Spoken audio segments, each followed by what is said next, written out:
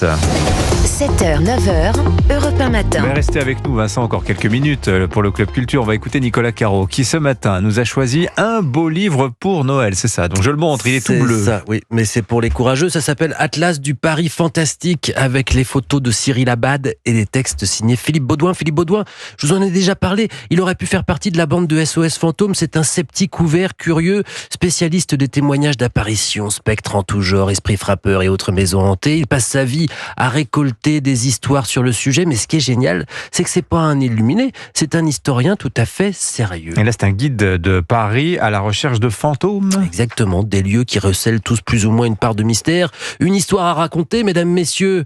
Si vous voulez bien me suivre, on commence avec à votre gauche le passe-muraille à Montmartre. Discret, on peut voir un homme qui sort d'un mur, son bras et sa tête et une jambe dépassent. C'est une statue du bronze du passe-muraille de Marcel Aimé, cet homme qui se découvre la faculté de passer à travers la matière, qui en profite pour faire des sales coups et qui se trouve un jour piégé dans le mur. C'est Jean Marais qui l'a conçu et dessiné, cette statue. Bon, ça va, c'est de la fiction, mais au Père-Lachaise, il y a du lourd en matière d'esprit.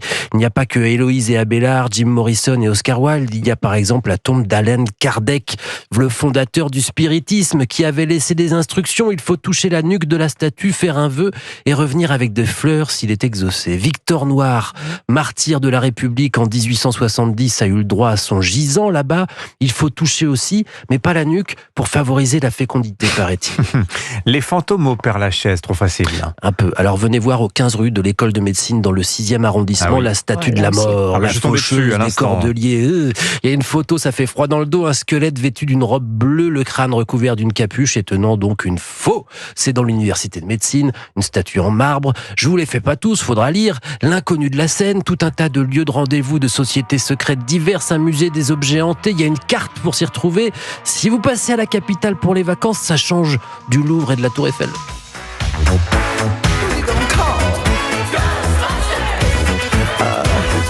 C'est trop marqué new-yorkais, Ghostbusters, c'est un peu dommage. C'est vrai. Et oui, mais voilà, il Il nous faudrait faut notre film. la bande sonore de cet Atlas du Paris fantastique, 42 beau secrets livre. et mystères. Oui, c'est vrai, c'est très intéressant. Belle au pied, Très ouais. be- Plein d'endroits que je ne connaissais absolument pas. Le jeu vidéo de la semaine, alors en revanche, lui, ça c'est très connu.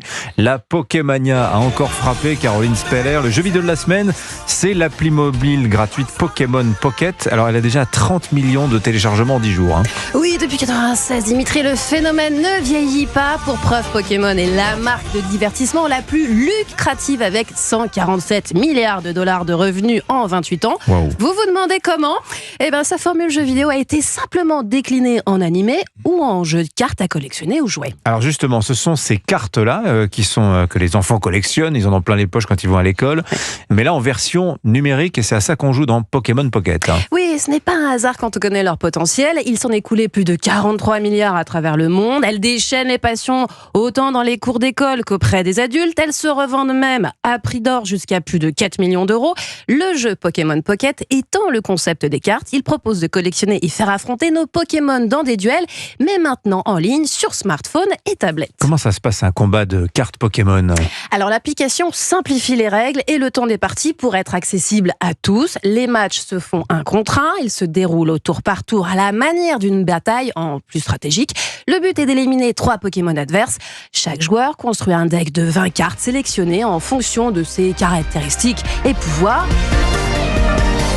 Mais pour avoir le bon Pokémon ou la carte qui nous apportera la victoire, il faut les collectionner. Pokémon Pocket propose gratuitement et aléatoirement 10 cartes par jour. On peut en obtenir plus à travers différentes missions. En 2 semaines, par exemple, j'ai récolté 500 cartes. Néanmoins, pour avoir rapidement les plus rares ou toutes les collectionner, il faut payer 1,20€ par paquet. Et est-ce qu'on peut échanger des cartes avec d'autres joueurs ? Alors pas encore, ça sera possible en janvier 2025 et d'ici la fin de l'année, des événements et une nouvelle extension s'ajouteront. Pikachu peut contempler sereinement son empire. On estime que Pokémon Pocket a déjà généré 50 millions de dollars en 20 jours. J'aime bien quand vous nous donnez les chiffres d'affaires comme Ah ça. mais Pikachu, c'est Non mais tellement 147 milliards d'euros en 30 ans, mais c'est oui. phénoménal. C'est l'économie qui l'intéresse plus que le Imaginez jeu si, vidéo. si Pikachu était français. On aurait peut-être- Voilà, Voilà. il est Il bienvenue vous pour une dirait ça, naturalisation Pikachu. en France, Pikachu. Vous imaginez la dette publique, elle se porterait bien mieux. Formidable. Merci beaucoup Caroline Speller. Merci Nicolas, merci Vincent. À demain. Dans un instant, votre édito politique sur Europe 1, juste après le journal permanent à 8h moins.